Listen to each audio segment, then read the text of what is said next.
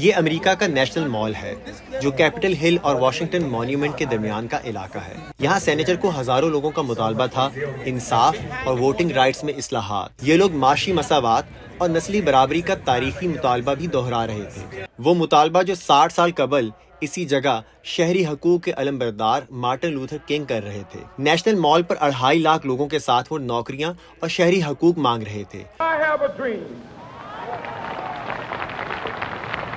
My 4 little children will one day live in a nation where they will not be judged by the color of their skin, but by the content of their character. I have a dream today.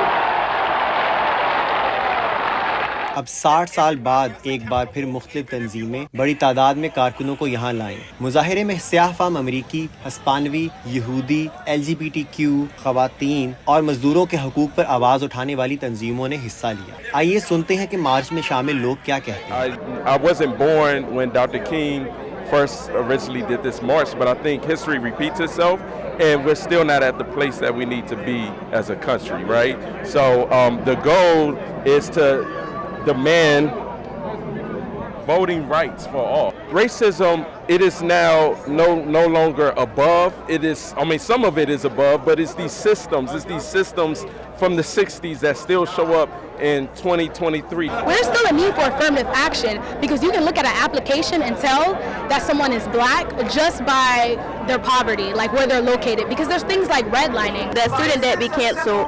I think it's ridiculous that we have to pay so much money to go to school just to be taught the wrong things. I don't think that we really need to be paying thousands of dollars and being put in debt. We're kind of forced to go to school. But we want equality.